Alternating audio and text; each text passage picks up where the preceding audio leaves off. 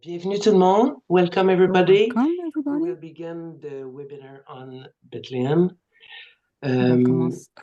Vous avez l'interprétation au bas de votre écran. Start Vous n'avez our que cliquer webinar sur la on petite Bethlehem. sphère et vous pouvez So choisir votre langage again, anglais you ou can click on the français. little globe and choose your language Donc, interpretation. j'invite tout le monde également à fermer leur micro I pour pas faire invite you to d'interférence close your pendant que les microphone, personnes vont parler et pour qu'on entende des bruits just de making fond. sure that there will be no background Donc, noises. j'aimerais tout d'abord faire une reconnaissance territoriale. First of all, I'd like to make a land Alors, nous acknowledgement. aimerions commencer par reconnaître que le siège social So et we would développement de like Paix to Caritas begin by Canada est acknowledging situé that en the head territoire office of Development autochtone, and Peace, lequel n'a Caritas jamais Canada, été is cédé. located Nous on reconnaissons la unceded nation indigenous Keaka lands. comme We gardienne des terres et des recognize eaux Kanyen sur Keaka lesquelles nous nous Nation réunissons as aujourd'hui. custodian of the lands and waters on which we gather today. Montréal est historiquement Tiontiake, reconnu Montreal, comme un lieu de is rassemblement pour de historically nombreuses known Premières as a Nations gathering et place for aujourd'hui many une First population Nations. And autochtone today, diversifiée ainsi que it is d'autres home peuples to a y diverse résident. population C'est dans le of respect des liens indigenous avec and le other passé, peoples. le présent We et respect l'avenir the que nous continued reconnaissons les connections with relations the past, continues present, entre les and peuples future autochtones et in autres our personnes ongoing de la relationships communauté with indigenous and montréalaise. other peoples Pour ceux et within celles the qui le Montreal souhaitent, je vous community. invite For à those noter dans le chat who want to share where they're joining from, le nom du you territoire can sur do lequel that vous vous in retrouvez. the chat, just a J'inviterai land maintenant acknowledgement Nagui shared in the chat. Demain à nous Now, offrir la prière d'ouverture. I will invite Nagui Demain to guide us in our prayer. Commence peut-être par une prière, un So we extrait will de la prière du begin pape François. with the pour prayer la of paix, Pope, an qui a été, excerpt of the prayer partagé, of Pope octobre Francis 2024, for Peace, October au nom du Père, 2024, du in Fils, the name of du the Father, Saint-Esprit. the Amen. Son, and the Holy Spirit. Amen.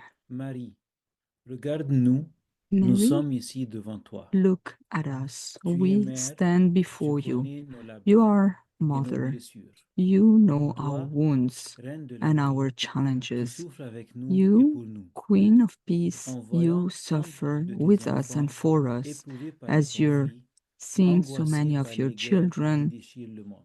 anguished by Mère, wars that are seuls, nous n'y tearing this world arriverons pas apart. sans ton But we Fils. won't be able to make it Nous ne pouvons alone. rien faire. Without you, Mais without toi, your support, tu we nous cannot ramènes do à Jésus, nothing. qui est notre But you paix. bring us back to C'est Jesus. pourquoi He is our notre Dieu peace. et notre And this Mère, is why, Mother of nous God, venons à our toi. Mother, Nous this is why cherchons we turn to refuge you. en We ton come to cœur you. immaculé. Please welcome Le us peuple in your fidèle immaculate t'appelle, heart. l'aube The du salut. faithful people Mère, is calling you, ouvre les fenêtres de lumière dans la nuit des conflits. beginning of Toi, salvation, demeure où opening l'Esprit Saint inspire of le chemin de opening paix the windows en of light. dirigeant les nations. In Toi, you, Mère de Holy tous les Spirit peuples, dwells as you're guiding réconcilie all tes nations. enfants séduits As par Mother l'orgueil, of all peoples, aveuglés par le pouvoir et reconciliate la your haine. children, Toi qui aimes notre blinded by chacun, power réduis notre or hatred. éloignement. As you're Toi qui as close to each one compassion of de tous, us, bring us even apprends-nous à prendre closer. soin des autres. With your Toi compassion, qui teach révèles la us tendresse to du take Seigneur, care of one fais another. de As nous you're témoins revealing de sa the consolation. kindness of the Lord, Mère, toi, make Reine de la us paix, witnesses répands en nos of your cœurs l'amour de consolation. Dieu. Amen. Queen of peace, bring in our heart the harmony Merci of beaucoup, God. Nagui. Amen. J'aimerais maintenant, la façon dont on va Thank procéder, you, il Nagui. va y Nagui. avoir trois Now, présentations, the trois way we courtes will présentations proceed is to de listen to personnes qui 3 travaillent au brief développement de paix, qui ont presentations été of persons who Bethléem are working avant collaborating les with fêtes Development de and Peace, Noël. and who were in Puis après ça, Bethlehem on aura la chance just before d'entendre Dalia, Christmas. qui est After une that, activiste we'll listen to qui est Dalia. en Cisjordanie et que She's j'aurai le plaisir de vous militant présenter tout à l'heure. in Alors, West j'aimerais Bank, en premier lieu and présenter I Luc will Stocking. introduce her Luc Stocking est le afterwards. directeur So, général intérimaire de développement et Luke paix Caritas Stocking, Canada depuis who's the septembre interim 2023. Il s'est joint à notre Director of Development and organisation en tant Peace, qu'animateur en Caritas Canada. 2006, après avoir He obtenu joined une our maîtrise organization as an anthropologique animator du in Saint Michael's 2006 College de after l'Université de completing Toronto. and I'm Avant son in poste theology actuel, il from était St. directeur Michael's de College, l'engagement du University of public Toronto. depuis Before, 2022. he Au had fil des served as ans, Luc a director of effectué des public visites engagement solidaires since dans plusieurs 2022. pays Over et the plus years, récemment Luke en has been on Palestine. solidarity Après une visits entrevue. to several countries, and Merci, most Hélène. recently Je in vais faire mon Palestine. présentation So en thank you, anglais. Helen. I will be making my Pour les presentation in francophones English. So qui for vous those who are voulez attending and who speak choisir French only, l'interprétation, you je can vous donne choose juste the une seconde pour le interpretation faire. in French. So I will be I'll doing give my you a presentation few in seconds to English. do that. I'm just going to share my screen.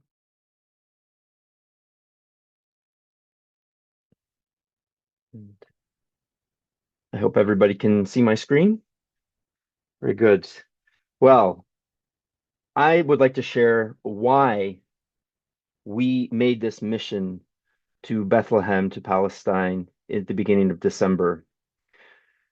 We received in the fall the invitation letter that you are seeing on the screen right now. It's the invitation of the Latin Patriarch of Jerusalem, His Beatitude Cardinal Pierbattista Pizzaballa, and you see the photo of Nagui and myself with him when we arrived in Bethlehem. And when we received this letter, there was an opportunity to attend this joint partners meeting online by Zoom, and we really reflected on. Well, naturally, the easiest, the cheapest way would be to just attend on Zoom and but with everything with the security situation, we also had a lot happening. We had team meetings, things happening in December at the same time. There was a lot that said it did not make sense for us to go. But upon reflection on who we are as Development in Peace Caritas Canada, what our mission is and why we do what we do, it became clearer and clearer that we had to go and be there in person. And I actually want to thank our executive director, Carl A2, who is here with us today. He's on medical leave, but he's joined us. I want to thank him because it was his words that made me convinced that we had to do this mission. And there wasn't anything profound about what you said, Carl. You just said, you have to go. You have to go. And we realized that this was an essential mission for us to make. Why was it? Well, as you know, since the Holy Land has always been a very important place for us as Development and Peace, and we've been involved there for many, many, many years, since really the beginning, but especially since October 7th, we have been very involved, and many of you have probably attended some of our other webinars and participated in the various different advocacy actions we have taken. And so we felt it was essential for us to show our closeness to our brothers and sisters in Palestine, in particular our partners, Caritas Jerusalem, St. Yves Society, to be present with them, to show our closeness, our solidarity in this time by being physically present. And so we decided to go. And being present, because there is no you can't, for example, spend time in the community kitchen of the Arab Women's Union that Caritas Jerusalem supports, and you can't do that on Zoom. What you're seeing here, this was a field visit we made to a community kitchen run by women that provides food and for the community. You can't do these things. You can't express closeness over Zoom in the same way. And so it was important for us to be there, to be close to our brothers and sisters. And we also, in being close, wanted to create a space for us to be able to listen to the voices of our brothers and sisters in Palestine in a way that was safe and secure and unfiltered through the internet. That, we know that there are natural fears that people have when it comes to sharing online and things that you feel you may not be able to say. We wanted to create a space where we could hear directly from people as well too. And this is a picture of us in the Ida refugee camp in the Bethlehem Governorate. This refugee camp is right up actually against the annexation wall, and we had a tour. This is in the vest there. That's Mustafa, who was our tour guide as we toured through the camp and visited some of the projects and met some beneficiaries of the work of Caritas Jerusalem. So we'd be able to hear and to listen directly. This was why we were there as well, too. And I have to say, one of the impressions that I walked away with was just an incredible sense of appreciation and awe and admiration for the staff, particularly of Caritas Jerusalem, who were our hosts at this joint partners meeting. It is incredible the work that they do in such difficult circumstances, led by their Secretary General, Anton Ansvar, who you see there on the far left. It was just amazing to see the work that they're doing in such difficult circumstances. We had a presentation on their strategic plan that they were launching at this joint partners meeting. And imagine we at Development and Peace have our own strategic plan, and I know how difficult it has been and the challenges of launching a strategic plan when you're not in a war zone. So it's really was very moving and inspiring to see the professionalism with which they carry out their work and integrity and passion with which they carry out their work. And we got to see presentations on this work because, of course, we were limited to where we could travel while we were there. We remained within the Bethlehem Governorate the whole time. So Caritas Jerusalem works in Gaza and all through the West Bank and East Jerusalem, but our time with them was limited in Bethlehem, which is why our presentation today is called Notes from Bethlehem.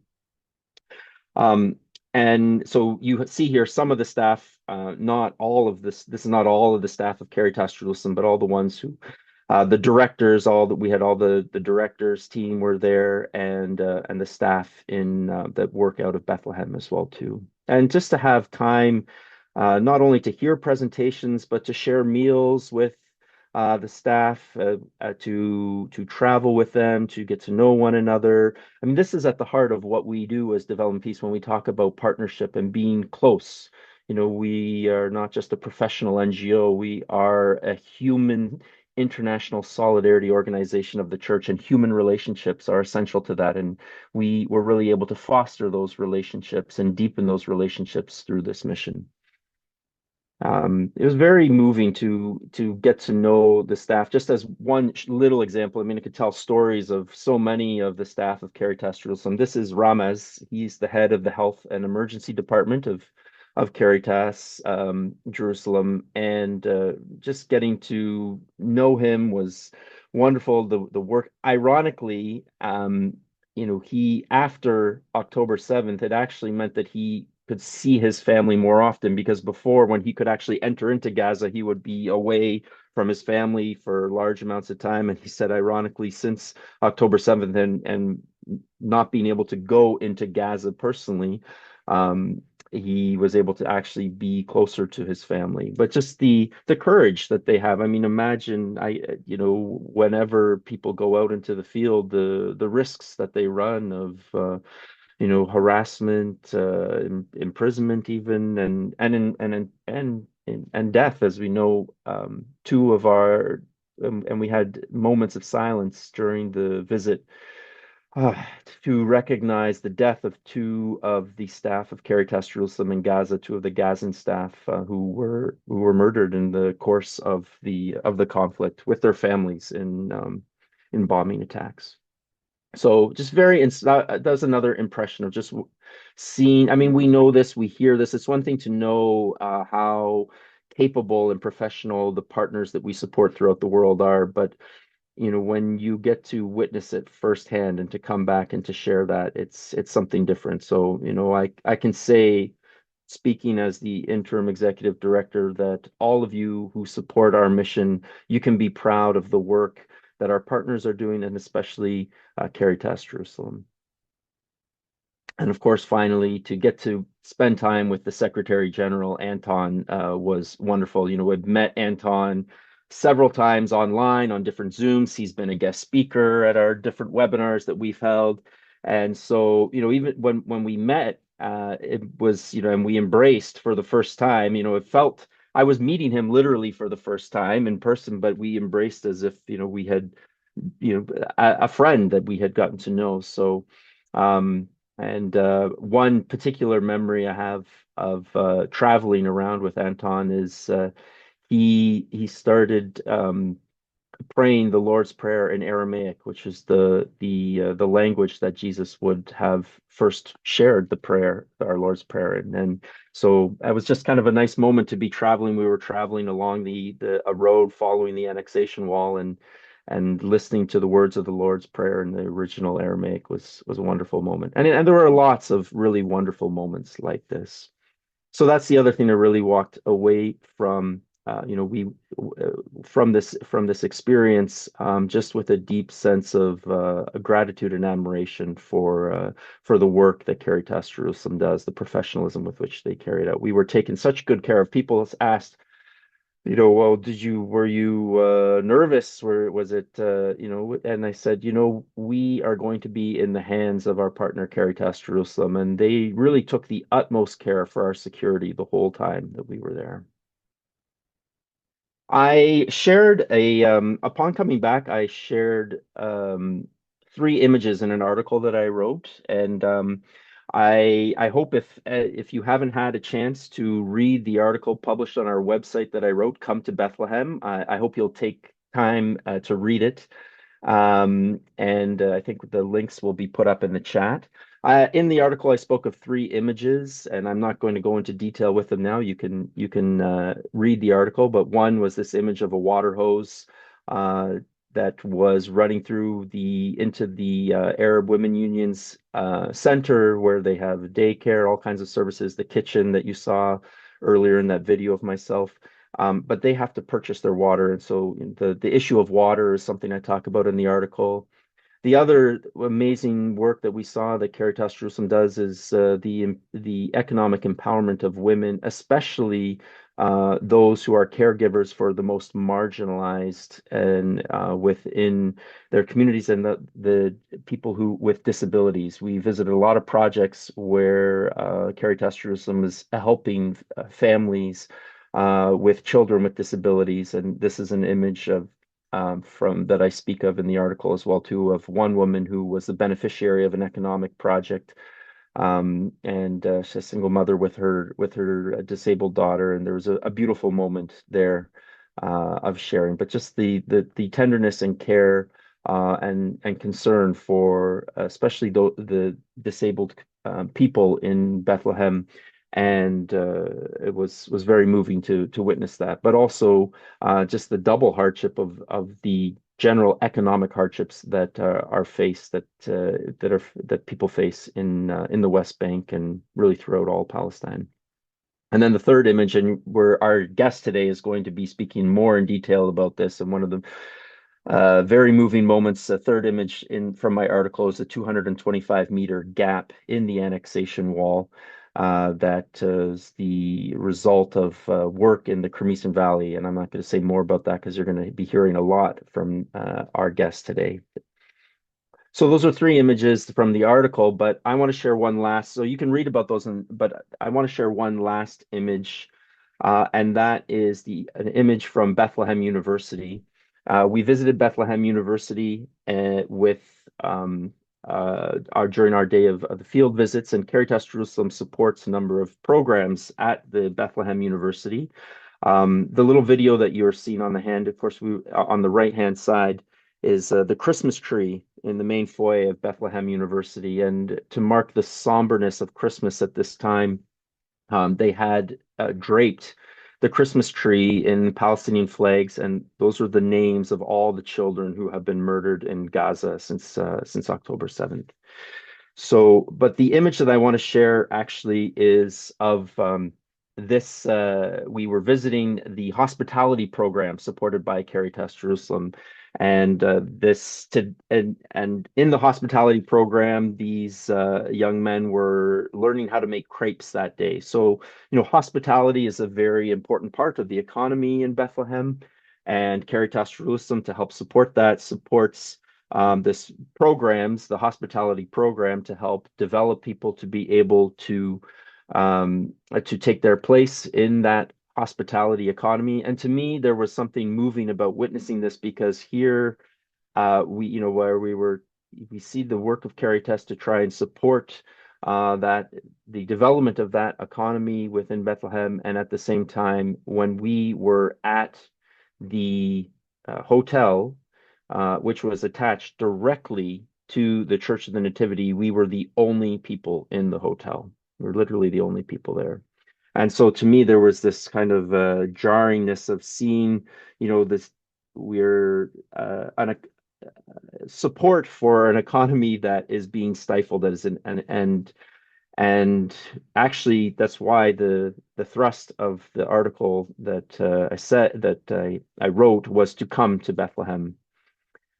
And that is our message. It's actually the message. Just Vatican News just published a video of the Latin Patriarch Cardinal Pizzaballa saying to come to Bethlehem. We're in the Jubilee year, and we are called to be pilgrims of hope. And I think to be pilgrims of hope, if people, I don't know how many people here have been to the Holy Land before, but to be a pilgrim of hope, if you want to be a pilgrim of hope, go to Bethlehem.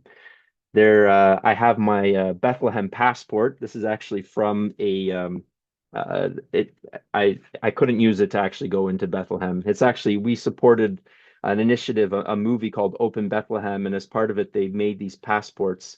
But I think there's some beautiful words in it that I want to end here with, because the message is we are all citizens of Bethlehem. And the words are, let me just read to end.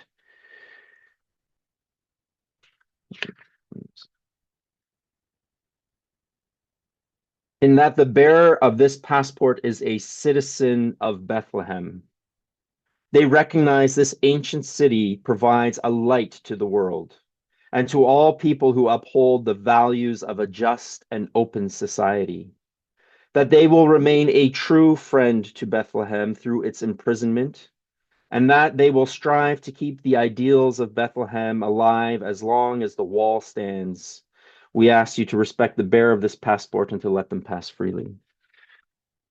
We are called to be pilgrims of hope, and I'm not going to naively say it's totally safe and it's totally safe to go, but we need courageous people willing to go and be present and show their closeness. That's why we went, and we want to encourage people today to also show their solidarity. You can sign things, you can make donations, but a true way to show your solidarity is to find a way to be pilgrims of hope this year and visit Bethlehem. Thank you very much. Merci beaucoup, Luc. Merci de nous avoir présenté le travail exceptionnel qui est fait actuellement par nos partenaires à Bethlehem. Thank you, Luke, for presenting us the wonderful work that is carried out by our partners, in particular Caritas Jerusalem.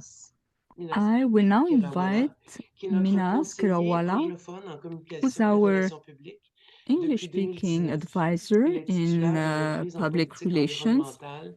So he has a master's in environmental policy from London School of Economics and diploma in journalism from Concordia University. Before joining Development and Peace, he's worked as a journalist at CBC. He has extensively researched and written about Palestine over the past year and much more. So, Minaz?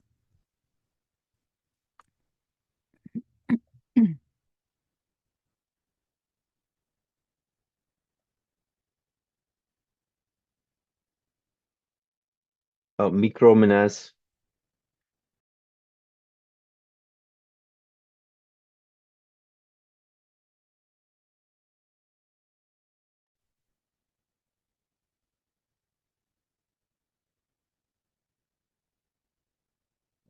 Thanks for inviting me. Sorry about that hitch.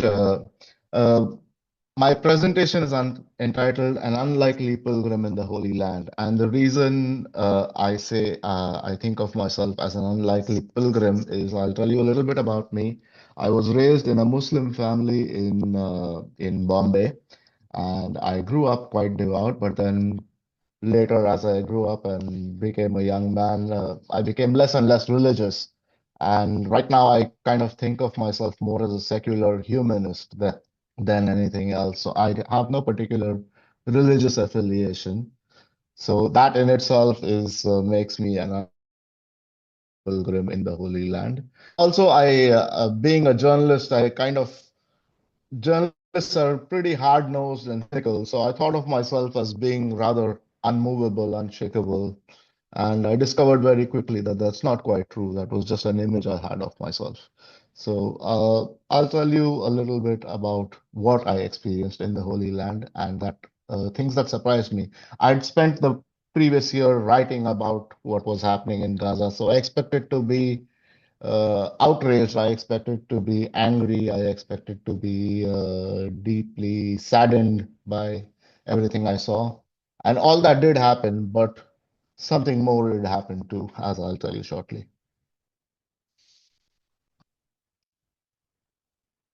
Uh, when I was growing up, I had a lot of Christian friends. I went to a Jesuit school.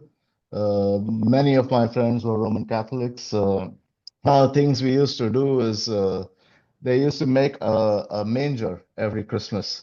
And usually it was only the Catholic boys who used to help make it. But I used to get invited to that job because I had one talent that few other kids around me had. I knew how to work with electricity. I knew how to rig up light bulbs and things like that.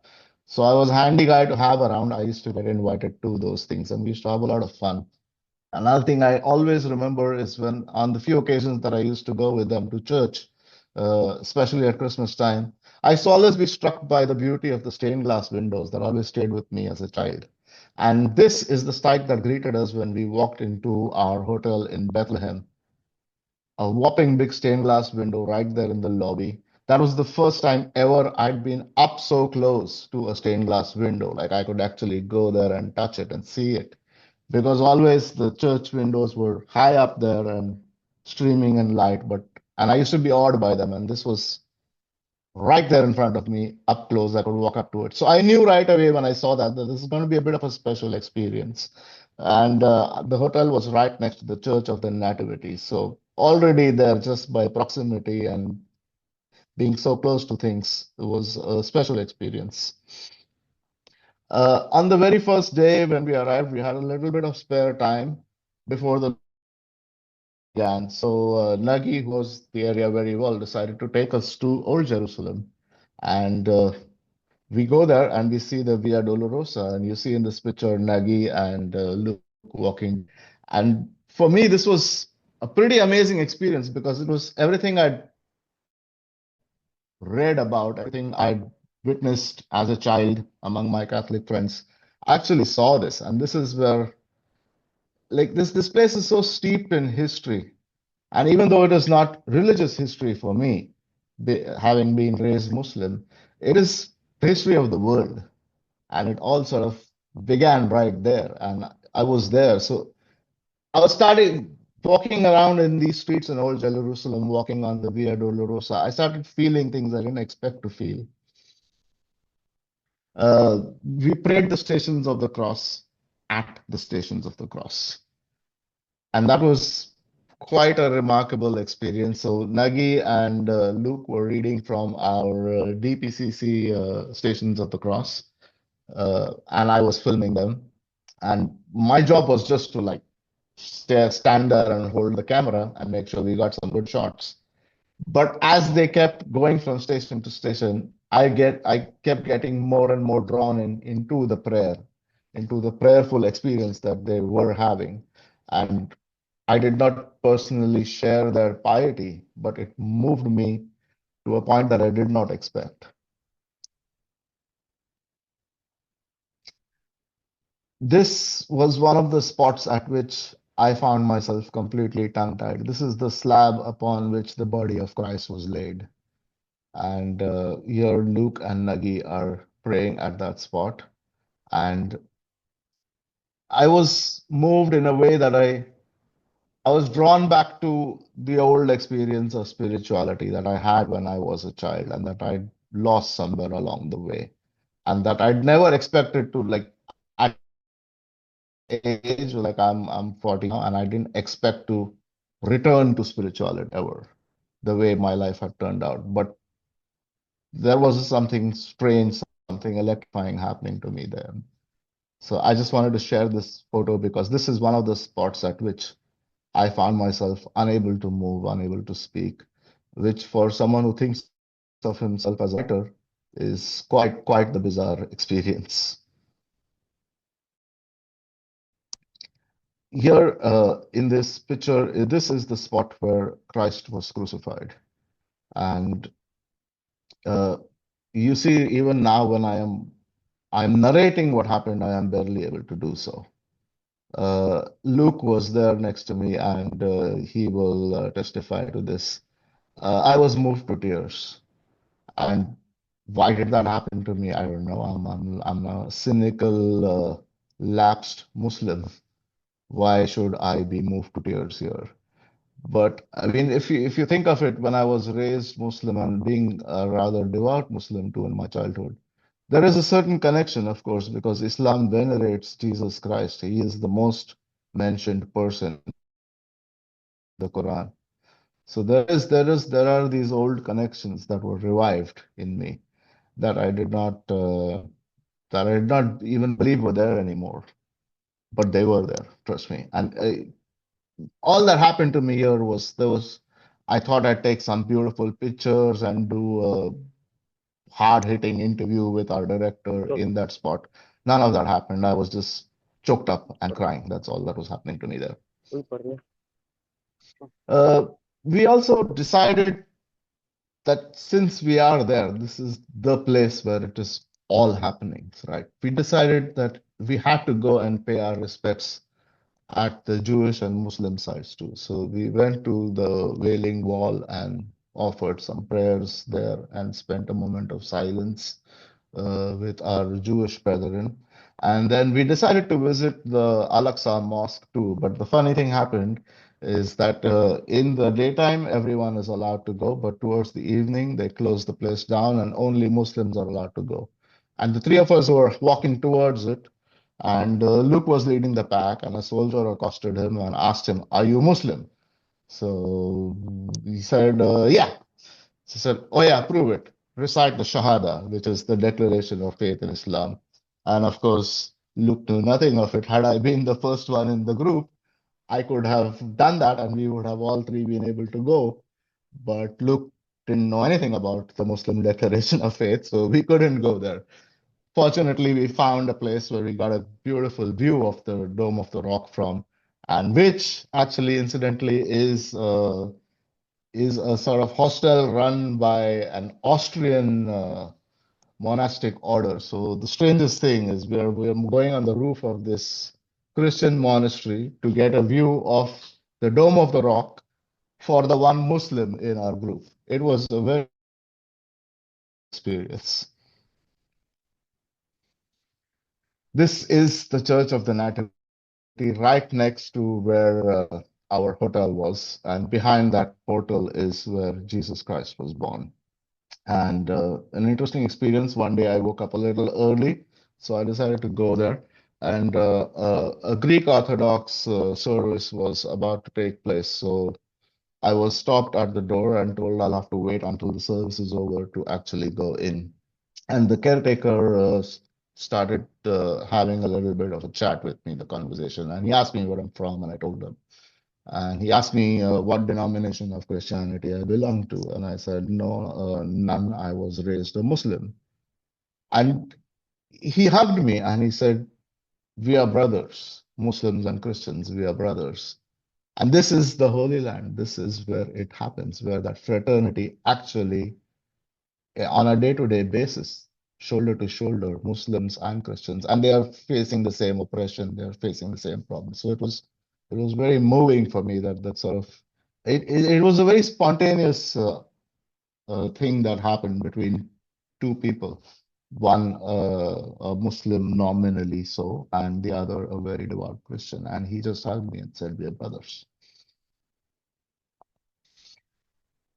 On a lighter note, one of the beautiful things about those old winding streets of Jerusalem is the many cats that you see. And They were so beautiful. We took so many pictures of cats too. And I decided to include this in the presentation because they represent something in Gaza where people, when they were being bombed and they were dying and they had nothing to eat. And this is one of the things that kept them sane, that preserved their humanity, that they took care of their cats. You'll find hundreds of photos of people in bombed out places caressing their cats, and that like the creatures of God who cannot speak, they sometimes become anchors of peace and sanity for us. And this was testified to by Abir Abu Mutlaq, who is one of the Caritas Jerusalem workers in Gaza, whose story is our Advent stories, if you get up on our website. And she spoke about how just caring for her cat, as the picture there, was one of the things that kept her going. It was one of the few things in her past pre-war life that she loved doing, that she was able to continue doing even when the war was on. So that's why I included this picture in my presentation. Ida refugee camp, we went there, and if you remember, Luke spoke about it. This is one of the things that I gathered there that really stuck me. There's these beautiful murals everywhere, and it's the people using art as a form of resistance. And that little map that you see where they say, "We will return," those are the names of all the villages from which people were expelled and who came to live in this refugee camp. And you see, this is a very subversive way of they cannot speak up, they cannot march, they cannot protest, or they will just simply be shot. There are watchtowers around everywhere. And at the first hint of trouble, the first response is bullets. But this is one of the ways in which they voice their resistance through art. So, what is it that we are fighting against? You see, when we talk of Gaza and what's happening in the West Bank, and we talk of words like exclusion and apartheid and ethnic cleansing and war crime and genocide, even some people have gone so far as to call it. Maybe it is all that, maybe it is some of that, maybe it is none of that. I am not a legal expert, I don't know. But to me, what struck me was that it is a desecration of the Holy Land. This is a place of peace, this is a place of piety, this is a place of the world's great monotheistic faiths, the Abrahamic tradition. And this is its reality today. Soldiers armed to the teeth, walking in the streets, intimidating people. And a very sad and revealing, telling thing happened right now while we were walking. And these soldiers walked past us, marching, like I said, armed to the teeth. Another thing to note about these soldiers is they're all very young.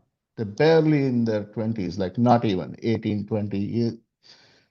And they're children themselves, and they've been dehumanized as much, in a very different way, but as much dehumanized as the people they're oppressing. And when I didn't intend to take this picture, I was taking several pictures, and these people happened to be there, and it struck an incongruous note. So I took a picture of them. And immediately, some of those little children came up to me and said in broken English, like, warned me not to film them. And they said, if they notice you taking a picture, you could get shot. So don't take a picture. And the kids who warned me about that were like barely 10, 12 years old, like for children to have that sense that taking a photo of a soldier can result in you getting shot, that was very disturbing for me. So to me, this is what we are fighting. We are fighting the desecration of the Holy Land. And what are we fighting for? We are fighting for the dream of return. This is something you will see in many places, many houses. People are carrying the keys of the homes from which they were expelled. And there is this dream, this aspiration of return, of mercy, of peace. So here are two pictures. That huge gate there, that is a gate to the Ida camp, and that is, they call it the world's largest key. And that's they have a key there on the gateway to the Ida refugee camp, reminding them of what they want. And this is a little key that we had in the house of a restaurateur and hotelier in Jerusalem, where we had dinner. So that's all about my experience there. Yes, it is. You can frame this in legal terms. You can frame this in international law. You can frame this as whatever you want. You can call it ethnic cleansing. You can call it war. You can call it illegal occupation. To me, it seemed like a desecration. And the aspiration of the people is just they want to return to where they were before this all began. That's not too much to ask, and I think we should help them make it happen. So that's all about my experience. Merci beaucoup, Nagui, pour ce témoignage. Thank you very much, Nagui, for this very personal testimony, a very moving testimony.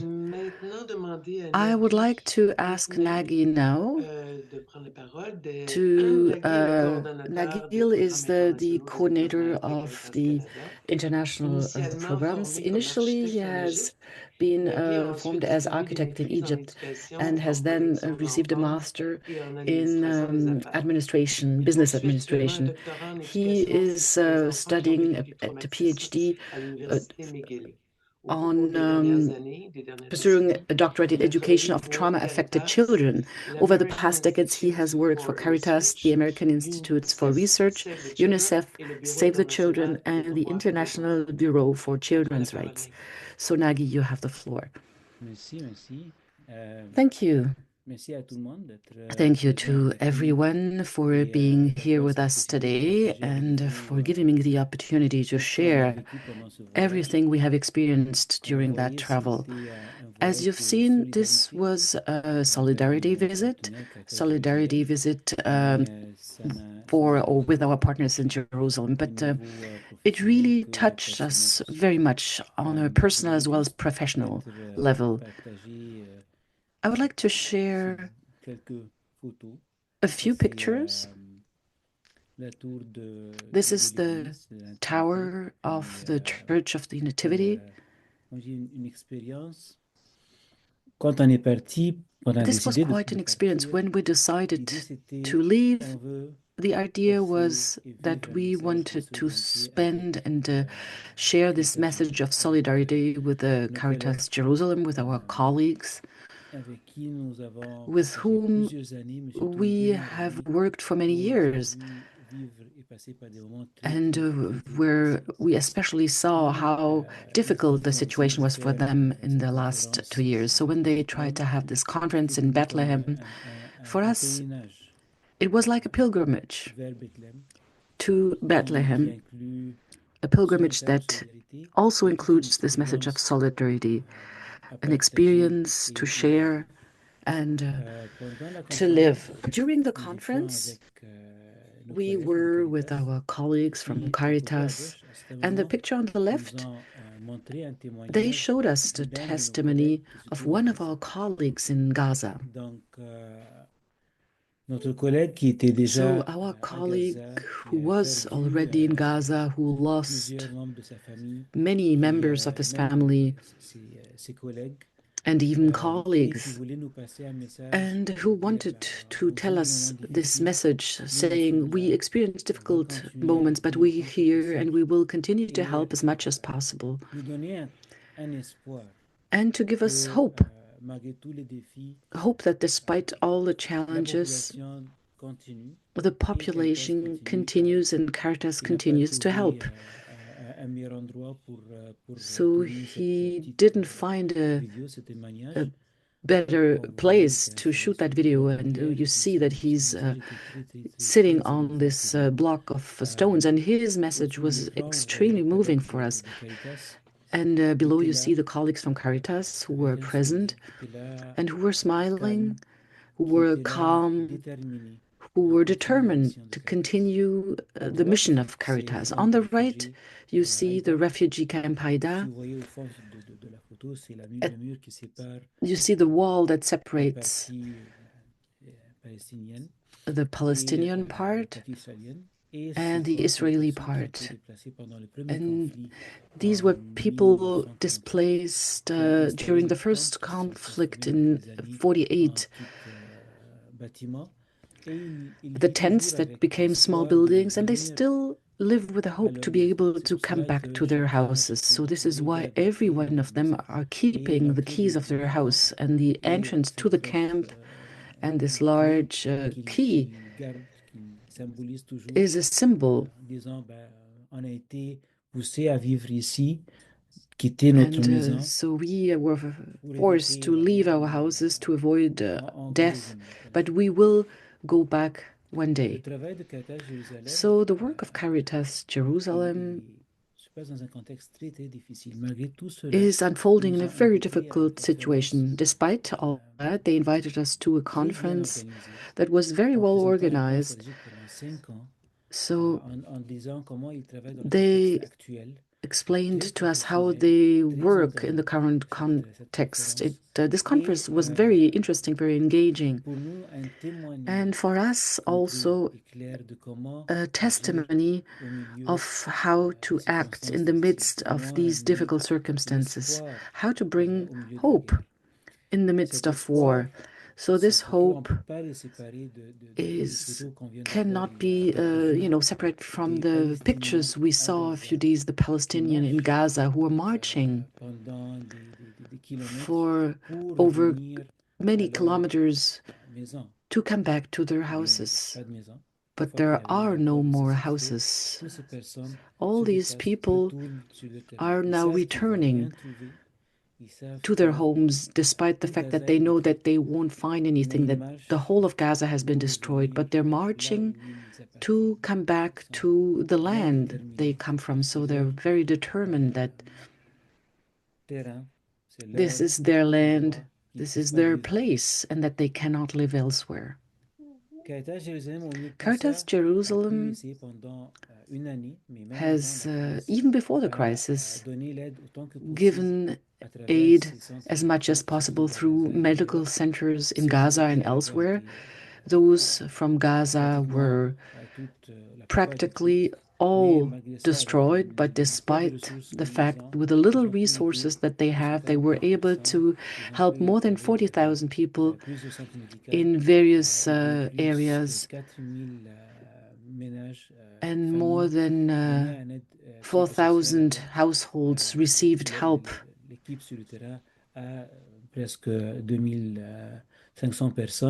And psychological support was given to displaced people, 2,500, and they were also able to offer food and drink water to 4,000 households.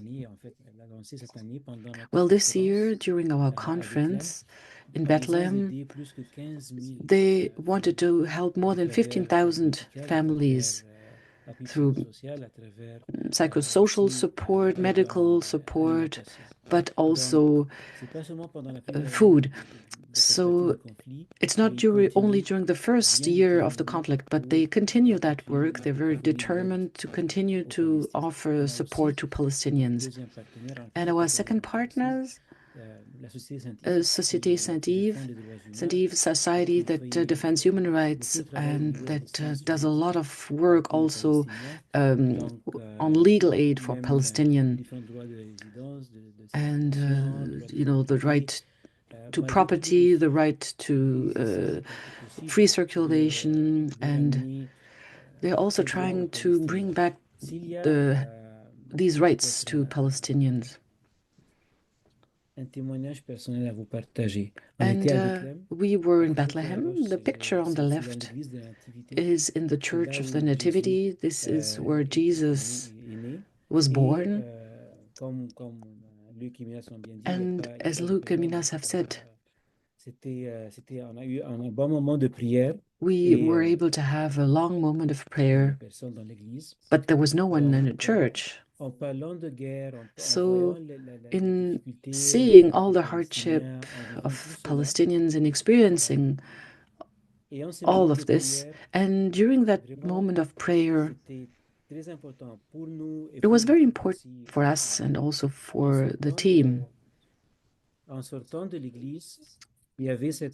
In leaving the church, we saw this door on the right that you see on the right. That's the small door of the Church of the Nativity. It's a small door, and it's in leaving on the last day that I took this picture, which is for me a symbol of hope, the hope of Christmas. So we were there in December. There was no celebration, Christmas celebration, no Christmas decoration, but just the place where Jesus was born. So this door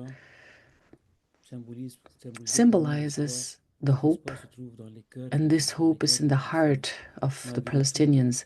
So despite everything, despite this hardship, they were there and they were smiling and welcomed us with an open heart and soul, with their resilience. So we found Christmas in the hearts of our colleagues and in the hearts of the Palestinians. So it was a big grace, and I think we were able to come back much more motivated than before our visit. So thank you for your support. Thank you for all this mobilization that encourages us and helps us. DNP staff, thank you for your support. I mean, and for your donations. Caritas Jerusalem needs it in order to help the Palestinians who have such great needs. Thank you, Nagui, for having presented the work of our two main partners. It was very inspiring, and we see that they do essential work. I would like to ask Dalia now to take the floor. So Dalia, I will probably not be able to pronounce your surname. So I ask for your forgiveness. Dalia Koumissier is a Palestinian lawyer specializing in legal human rights advocacy.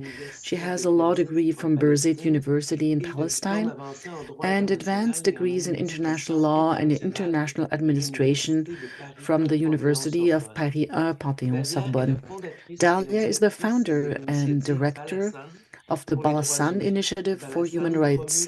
Balasan promotes human rights in Palestine as set forth under international law, challenges unjust Israeli policies through legal advocacy and research, and seeks to protect the Christian presence in Palestine. Before establishing Balasan, Dalia was a consultant with various Palestinian human rights organizations, including our partner, the St. Yves Society. Dalia, you have the floor. Merci, thank you. Good morning, Canada time. Obviously, it's good evening, Palestine time.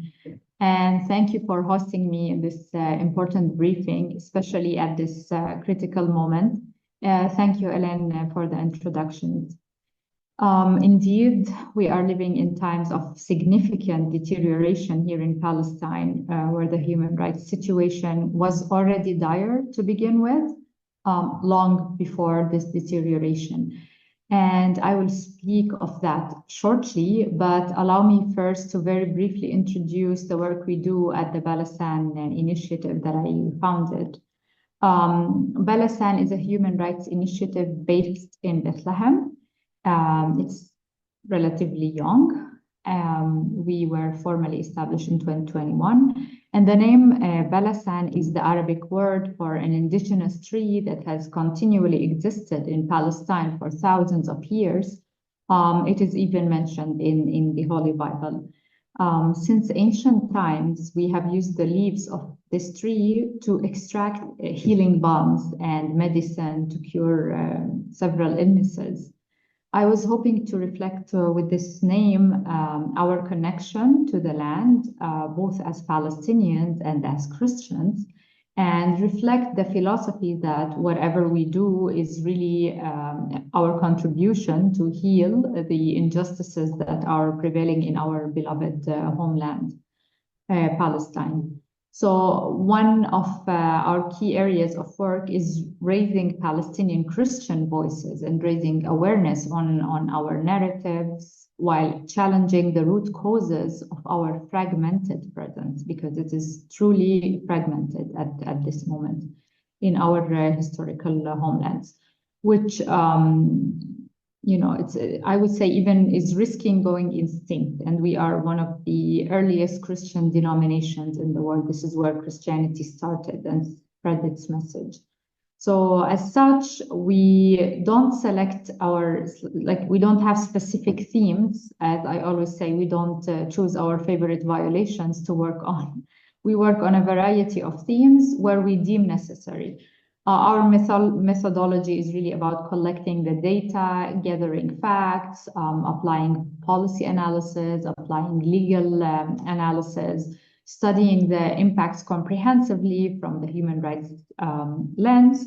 But we always focus on specific impacts on Palestinian Christians for the reasons that I just addressed, that our presence in our homeland is pretty much threatened. And then we come up with conclusions and recommendations, and then we do our advocacy around it. So with that introduction of Balasan, I will move to the drastic deterioration that we are witnessing in Palestine nowadays. Many people have the impression that this deterioration is really recent and is linked to Israel's massive and large-scale war on Gaza, basically since the events of October the 7th, 2023. This is neither accurate nor represents the full picture. So prior to October the 7th, the year 2023 marked a record year in terms of human rights violation, especially in settlement expansion, in land confiscation, and extrajudicial killings of Palestinians, targeting mainly children. Decades prior to October the 7th, we have been living under Israeli occupation here in the West Bank and the occupied Palestinian territory that targeted both our lands and us, the people, where violations of fundamental rights, the most basic human rights, have been systematic. When I say systematic, I mean they are parts of systems that are already established by design. So Palestinian lands have been increasingly confiscated for the purposes of building illegal Israeli settlements inside occupied territory, which is a crystal clear violation of international law and a grave violation of international law. And then moving Israeli civilians inside occupied territory. It's another grave violation and breach of international law, both mount up to war crimes. And then dividing Palestinian land, suffocating the occupied Palestinian territory with checkpoints, the annexation wall. Nagui mentioned and showed us pictures of it, and I must say that it does not separate Palestinians from Israelis. It really separates Palestinians from Palestinians also. And it deviates deep inside occupied Palestinian territory, up to 85%, and it has drastic human rights consequences, especially here in Bethlehem as well. And then overall, the systems are designed in a manner that discriminates actively against Palestinians wherever they are on both sides of the green line, impacting as such a wide set of fundamental rights. And we have recently written about this, like rights based on IDs. Whatever ID you carry decides what rights you get to have. But one thing in common, as a Palestinian, you're always discriminated against. So prior to Israel's occupation of the West Bank and Gaza in 1967, there was the mass ethnic cleansing of almost 800,000 Palestinians and the depopulation of almost 520 villages, which is completely normalized. This is what we refer to as Palestinians as the Nakba, the catastrophe. So this is the setting that preceded October the 7th and was carefully documented by multiple human rights organizations, the UN, and its various bodies. So we're talking about data that is verified and collected and kept. It's not something that we presume.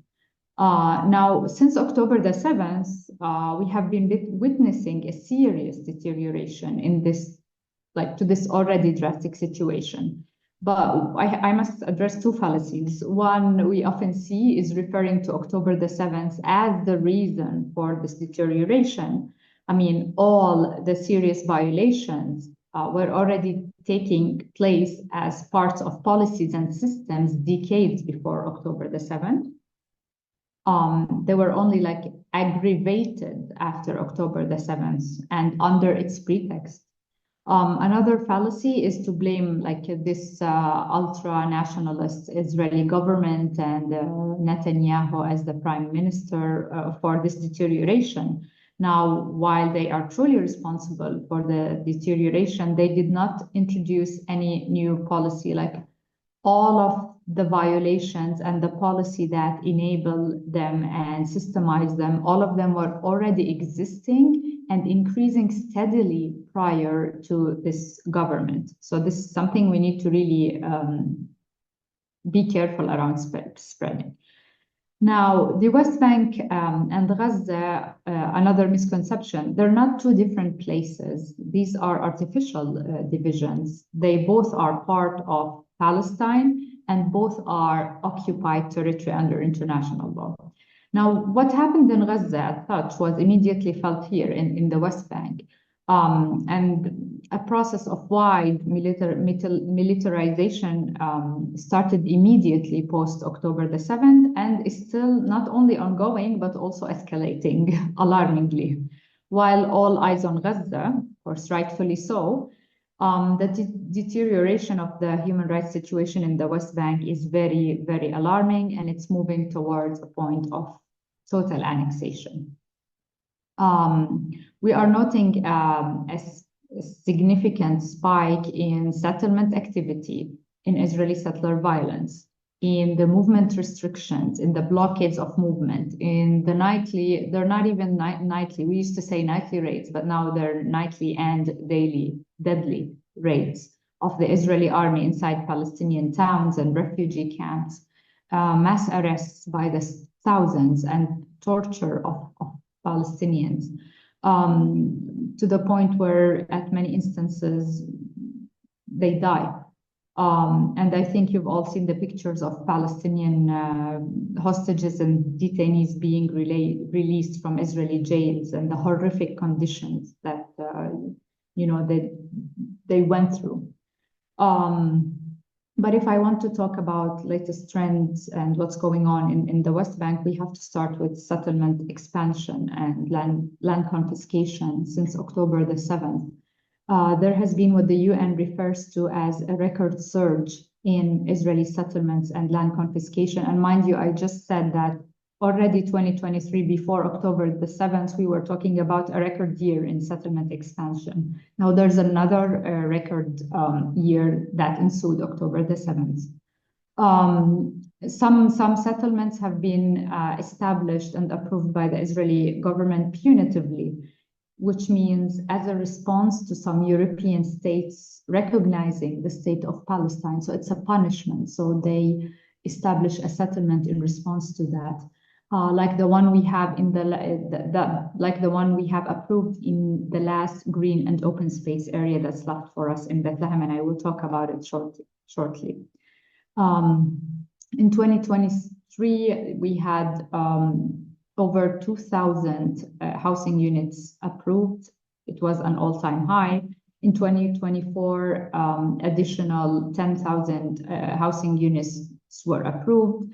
We are witnessing the alarming trend that the approvals have become the change in the approval procedure to make the settlement expansion, to facilitate it, to make it go more smoothly, and to allow for the establishment of more settlements. And the retroactive approvals of settlements. So those who were built de facto, and then the Israeli government retroactively approves them. 52,000 dunams of West Bank land were confiscated by Israel during 2024. If we talk about the movement, it's severely hindered. And now we have over 900 checkpoints and movement restrictions scattered all across the West Bank. And we see this visibly in our day-to-day life. We stopped moving between Palestinian cities. It was already difficult. There were already Israeli checkpoints at the entry points and exits of all the Palestinian cities, but now even within the same cities. So we've become even more confined in our places. We rarely ever go from Bethlehem to Ramallah, for example. It's not an exaggeration to say it's life risking to move from one Palestinian city to the other nowadays. Israeli settlers, it's, settlements are not only the collection of, stones and these buildings, what they refer to as neighborhoods. They come with a whole system, and Israeli settlers are a main pillar in the settlement policies. They are taking advantage of the global attention on Gaza to impose facts on the ground, creating new settlements, expanding existing ones, opening settler roads. And they become all the more violent in attacking Palestinians. Settlers now conduct an average of 35 attacks against Palestinians per week, every day every week since October the 7th.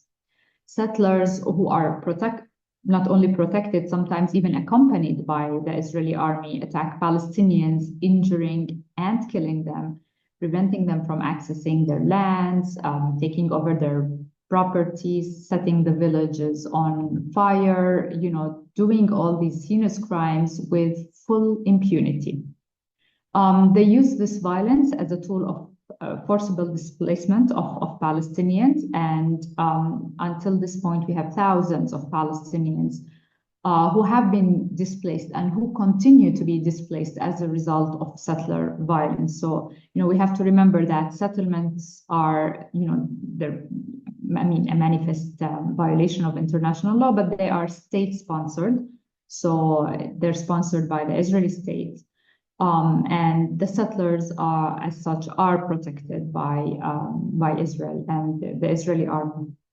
So according to the data we have, and we have written and published about, settler violence, because obviously it's a very big issue.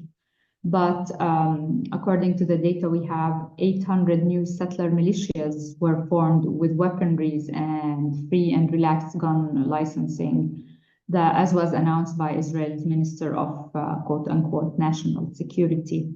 So, they have the free weaponry, they have relaxed regulations to get the license and to shoot. And we see the implications of this on the ground.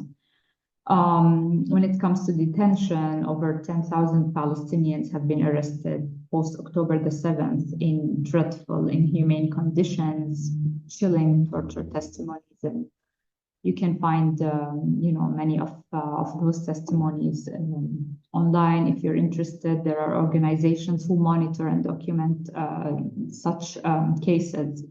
We are also witnessing the use of drones and airstrikes in killing Palestinians and attacking refugee camps, using bulldozers to destroy the infrastructures, like we've seen in the north of the West Bank, Tulkarem and Jenin. But all of that to say that there's a significant deterioration. It's headed towards annexation, and I think this is the ultimate objective. So how we define annexation, I don't want to go into legal definitions and jargons, but it's basically the extension of the sovereignty of the occupying power into occupied territory. And it's completely prohibited under international law. There are no derogations permitted. It's just prohibited. Nothing can make it legal. So this is a crystal clear stance, and it's not even debatable. Yet, especially in the current state of politics and what's going on in the US, the re-election of Trump, and laying the foundations for annexation before that, annexation continues to be both a compelling menace that requires immediate not only attention and action, and the reality of us Palestinians, like we already live in a de facto situation of annexation. Now, as I said, all the policies, no violation is recent, no policy is recent. All of them date back to the outset of the Israeli occupation, but they have been laying the ground for effective annexation, and there has been a shift that reflects accelerated movement towards annexation. So, for instance, a few days ago, the Israeli parliament approved in a preliminary vote a bill that would actually allow the purchase of West Bank lands inside occupied territories by individual Israelis and settlers. I mean, this will effectively facilitate the purchase of land, the process itself, and naturally settlement expansion.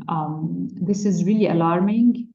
Because it allows for the first time individual Israelis to buy occupied land directly without having to wait for Israeli companies to take it from the army or so basically we're facilitating the procedure here where the ownership of the land to the Israeli individual is both permanent and it cannot be reversed. It's a lot more challenging to legally reverse it. So also you may have seen the news coming out from Jenin in the north, a city in the north of West Bank and its refugee camps, where the Israeli army announced a military operation that has resulted in the killing of tens of Palestinians so far and the destruction of 100 homes and the forcible displacement of 20,000 Palestinians. But, let's focus in this webinar in Bethlehem as a nucleus really to what's going on in the West Bank, but also keeping in mind the particularities of Bethlehem. It is the city where the current concentration of Palestinian Christian populations is at this point, because it was not in Bethlehem before that. It was in the north of Palestine, and I can talk about it shortly also. But so basically, it's the city where Jesus was born, is where Palestinian Christian population is concentrated now, and its close proximity to its spiritual twin city, which is Jerusalem. And for the first time in history, these two spiritual cities have been separated from one another by Israel. And for all that they represent, Bethlehem representing nativity and Jerusalem representing resurrection, which are, the pillars of the Christian faith. So Bethlehem is surrounded by the highest numbers of checkpoints and gates and movement restrictions. It's greatly restricted, and now the number before monitoring the latest movement restrictions was 50. Now we have to do an updated statistic to see, but there are definitely new ones. For instance, my son can no longer go from our house in the same town, Bethlehem, to his school easily, because now there's a new military gate that was installed on his way to school with soldiers and settlers with their presence, which gives us great anxiety. So as I was saying, it's no longer between main Palestinian cities, it's now within Palestinian cities and even towns like Beit Sahur. The western parts of Bethlehem are under a great threat of annexation. I think Luke showed you the picture of the Kremizan Valley where you saw this yellow gate. So we have the last green and open space areas left in Bethlehem after Israel has built its settlement on the rest of them. And they are both Al-Makhrur and Kremizan Valley. Both of them are parts of a UNESCO World Heritage Site. And both of them are, the last recreational space that we have in Bethlehem. Both of them are super important for Palestinian Christian heritage. The Kremizan Valley hosts an ancient monastery and a convent for sisters that provide educational services for the poorest segments of the society, and the lands of 58 Palestinian Christian families. And Al-Makhrur Valley is owned with a percentage of 91% by Palestinian Christians.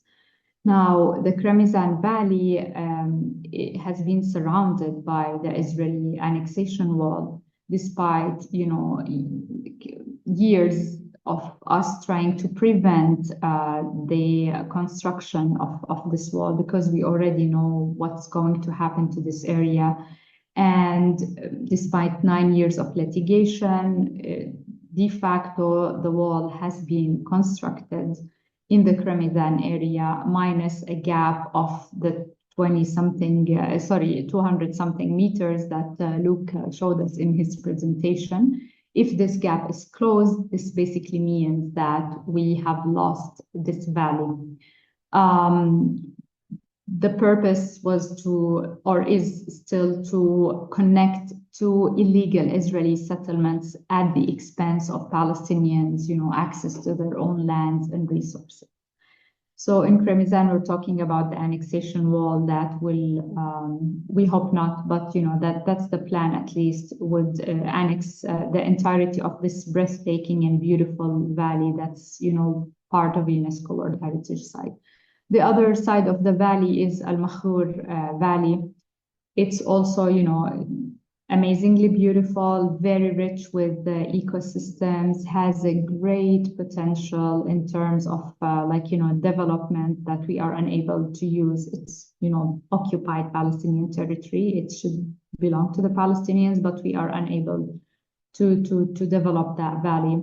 And we are barely able to be present in that valley. So in Kremizan, we were talking about the annexation wall. In Al-Makhrur, it's settlements and their infrastructure. As I said, settlements are not only the building, they come with a whole system. They come with a buffer zone. They come with their infrastructure, their need to first develop a street that serves only or a road that serves the settlement, and then expanding the road to accommodate a growing number of settlers, and expand it again to accommodate again another growing number of the settler. And it goes in a vicious cycle. The more developed the infrastructure is, the more settlers move into these settlements. And mind you, as I said, these are state-sponsored settlements. So those who move to live inside settlements, inside occupied territory, receive an incitement. It's a package from the Israeli government to encourage them. So subsidizing the main services, cheap housing, zero interest loans, and what have you. And the idea is to connect these settlements together through these roads and infrastructure, and then connect them to areas inside the Greenland, so Jerusalem, and then the rest of Israel, at the expense of, again, Palestinian lands, occupied Palestinian lands. And they are even called bypass roads. Bypass, like you bypass Palestinians, you don't have to see them.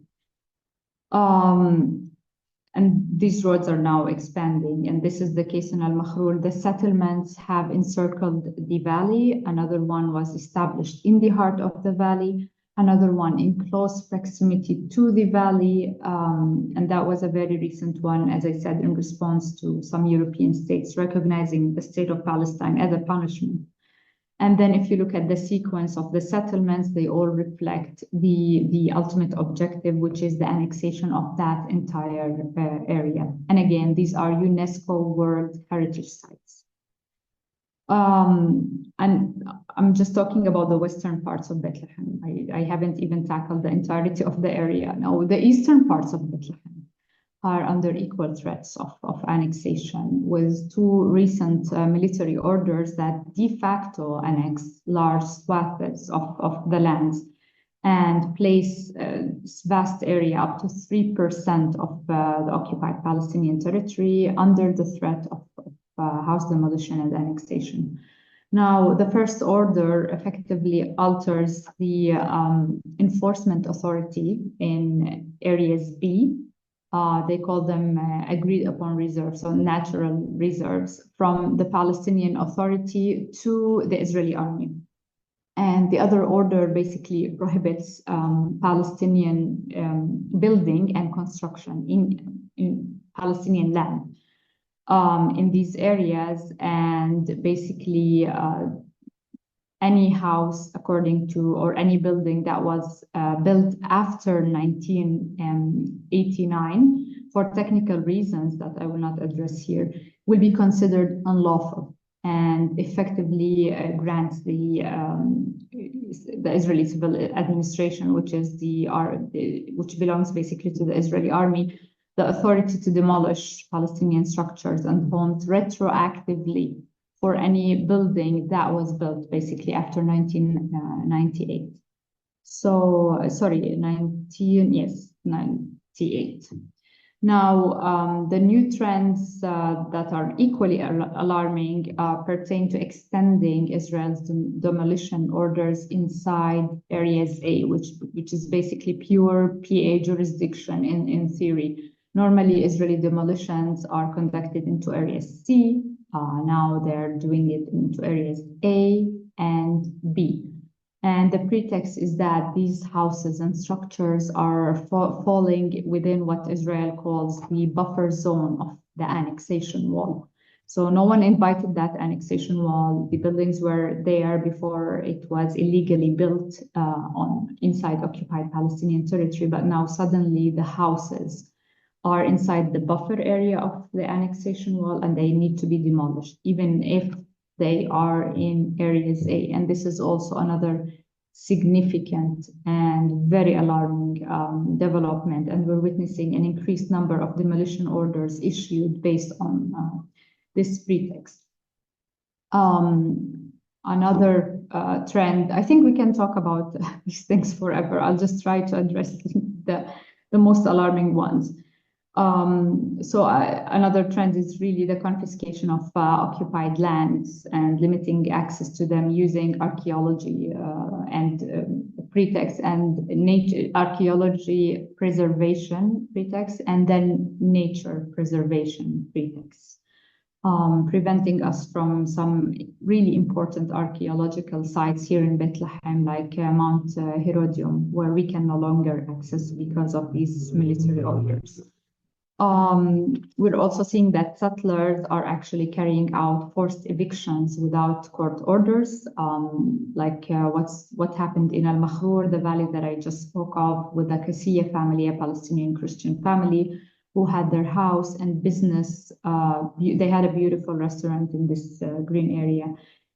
It was demolished 3 times, and then a new settlement was established where the house and the restaurant was demolished.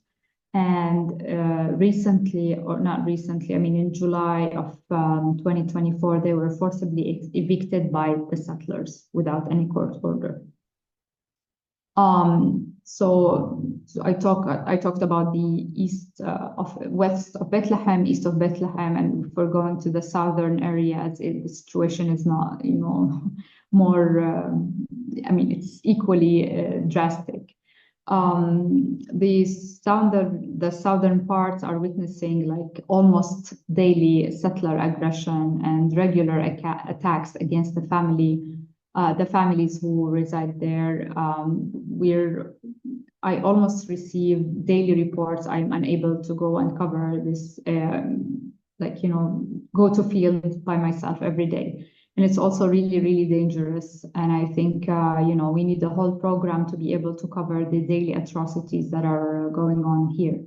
But from the south of Bethlehem, there's a vicious attack with a clear intent of really like forcibly displacing the families there. And I received a report yesterday of the settlers performing like Talmudic prayers in the lands of the people, and just planting the Israeli flag as they're trying to announce that now the lands belong to them, basically. Now, moving on, if we want to talk about the impact on Palestinian Christians, I think from what you heard, the impacts are, drastic. They're catastrophic. Our numbers are alarming, dwindling at alarming rates, especially after October the 7th. Our plight really started with the Nakba. We were at 12% of the population the year before the Nakba, and the Nakba is the ethnic cleansing of Palestinians in 1948, where the concentration of Palestinians was really up north. And then immediately after the Nakba, the number dropped to 3% and continues to drop until today. We are at the latest statistics is 1%. But post-October the 7th, many Palestinian Christian families have decided to emigrate. Now, living under a very discriminatory regime and oppressive occupation, as you know, lands targeted, homes demolished, separated from our holy sites. Our clergy, our sites are witnessing increasing attacks, arsons, desecration. Our centuries-old traditions are being forced to change. For example, we can no longer march from Bethlehem to Jerusalem on specific occasions because now you have the annexation wall and the checkpoints and what have you. So with this political instability and the oppressive context and coercive environment, which reflects very badly also on the economy, Bethlehem is a very touristic city and has received significant blow with the absence of tourists. Such deterioration has aggravated the dwindling in the numbers. Now, I think I'll spare.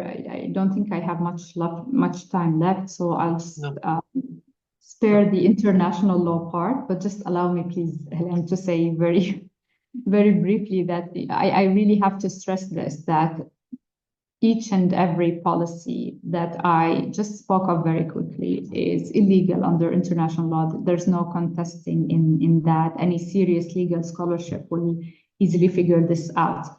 It has been confirmed also multiple times by the UN, its bodies, its resolutions, its courts. Still, these violations continue to happen as parts of systems without any true accountability, and that is the reason that they continue to aggravate and continue to grow in severity and in numbers. Now, can I make a 2 minutes conclusion? Yes, sure. Go ahead. So my intervention basically, as you can see, reflects a very bleak situation, but I don't want to terminate on this note. In face of such massive injustice, where such violations are of that gravity and this scale, like that systematic and that documented, we must cling to hope. And I think hope is a commitment to fight even when you lack faith. So there's a role for each and every one of us to play, but especially people of faith. There's a role to basically revise if we have this toxic theology that seeks to justify this atrocious and oppressive system with biblical justifications of all things. Like, to attach this to Christianity and its beautiful values is just unacceptable, and I cannot reconcile both as a Christian myself. So I think there's an obligation on all of us to get more educated, to raise awareness, to provide, I would ask you to provide a platform for Palestinian voices, and as people of Christian faith, for Palestinian Christians as well. And to use this voice really to exert pressure on policymakers and representatives. And, I will, of course, if you can give to Palestinian organizations, please do. If you cannot give in terms of like, financial donations, there are too many other ways to be involved and to support. It's very important to build on what Luke said. Come visit us, come be with us, come hear directly from us. We issued a report on, how toxic religious tourism can be for Palestinians and Palestinian Christians. And I would invite everyone to read that. And also, I don't know a lot about Canada, but I'm learning, but I definitely know that anti-Palestinian racism is an issue. Please be involved in combating that. Please help us fight these actions that aim to silence us, erase our narratives, like dehumanize Palestinians and their allies, by the way, not only Palestinians. We cannot accept to normalize the dispossession and oppression of Palestinians. So with that, I think I can conclude. Thank you, Helen, for your patience and everyone. Merci, Dalia. Je pense qu'on t'aurait écouté pendant des heures. Tes propos sont fort pertinents et surtout, nos médias ne parlent que de Gaza.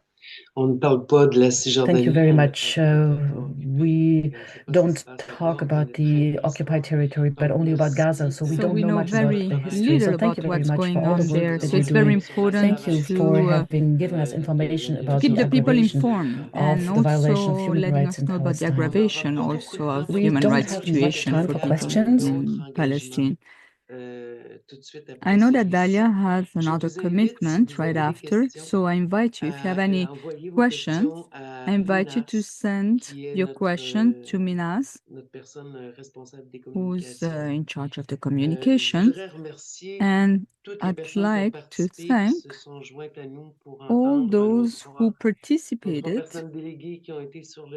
to listen to our 3 people of the organization who went on the field and who were able to share what they did, what they're doing there. And again, Dalia, again, a great thank you for the work that you're carrying out on the field.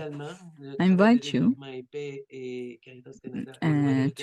because the work of development and peace and Caritas is far from being finished. So we'll continue our advocacy work to our government, but I also invite you to make donations for Palestine. I thank you. I thank you all. Thank you for being here. I wish you an excellent Saturday afternoon and a good evening for Dalia.